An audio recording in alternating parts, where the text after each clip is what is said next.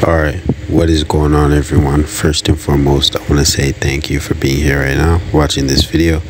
I do really appreciate you for your time, and I'd really appreciate if you do consider subscribing, because it truly does help me out a lot. Now, we got Sean Strickland, man, former UFC champion of the world, you know what I mean? His last performance was absolutely amazing, and he's just been going crazy on the media, as always, speaking his mind, you know, and a lot of people agree to it, but he's not always too real.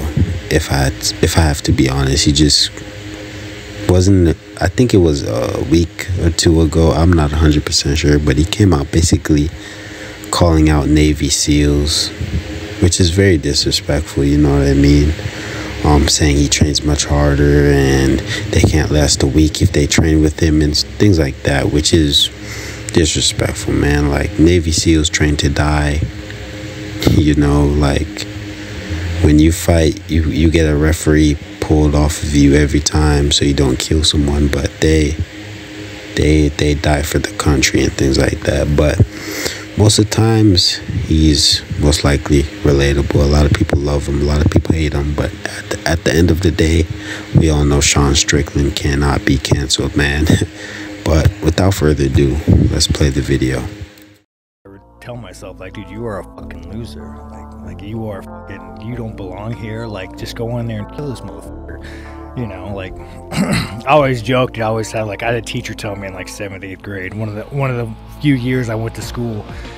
She looked at me. She said, "Sean, you're the reason why they build prisons." Oh, Jesus Christ! You're a little kid. Imagine that. Nah, dude, but she fucking nail on the fucking head, dude. Like, I was a fucking shitbag, you know. One thing, and you know, I really want you guys to like settle in and listen up to this. Ooh, story time. The reason why I drive like a shitty Hyundai is, one, I'm cheap, very cheap. But like, the entire world makes you feel inadequate. Everything we do, from what you wear to what you drive, you are born living in the fucking a commercial. When you're a little... No, this is real, man. Not everything needs to be real materialistic, you know what I mean? And a lot of people who have money, you know what I mean, and have experienced the lifestyle, had the nicer things and things like that, pretty sure they all know materialistic things don't matter, man. You know what I mean? Whether it's clothes, shoes, a car, you know what I mean? At the end of the day, money allows you to live up to your dream. At the end of the day, to do what you want to do in life. And like, for example, pretty sure everybody wants to travel, you know, travel around the world, meet friends, family, whenever they want to, like, things like that, man. Very extremely useful. But shoes and things like that, I could go on a like 10-12 minute rant on this, but I'm not going to. And you're watching TV, you are born looking at Audi and Mercedes commercials. When you handing a kid a cell phone, they are born, they're being fucking brainwashed. And like, dude, I love America more than anything, but I do not recognize the world we live in. We are creating a generation of boys who judge their character by what they drive and what they wear.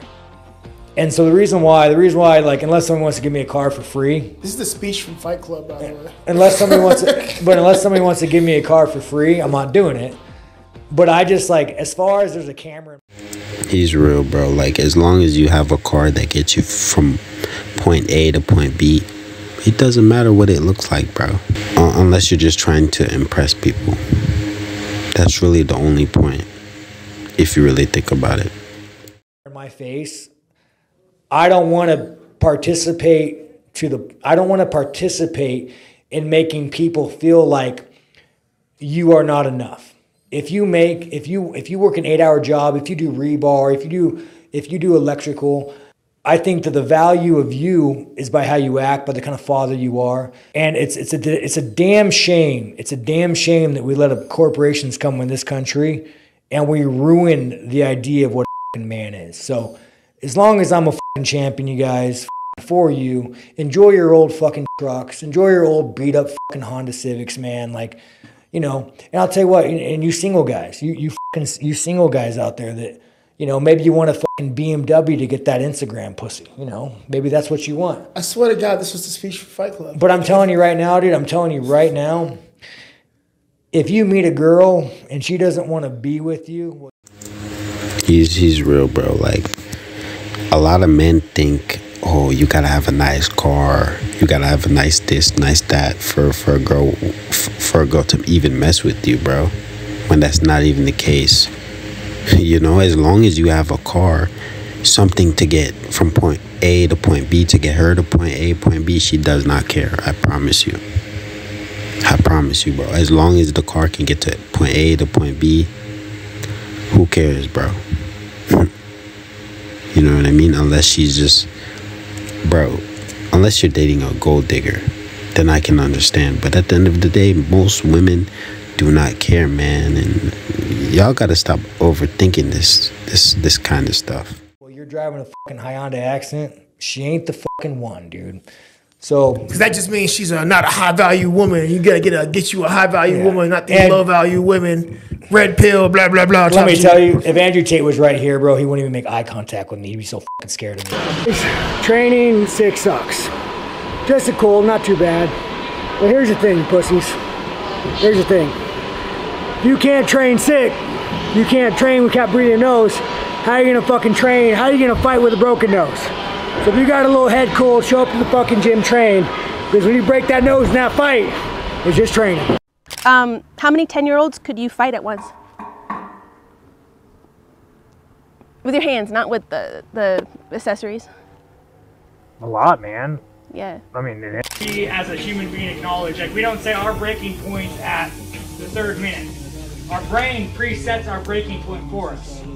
So when we're training and you feel like that little voice in your head that says, there's only 30 seconds on the clock, I don't need to get up. The round is done, practice is done.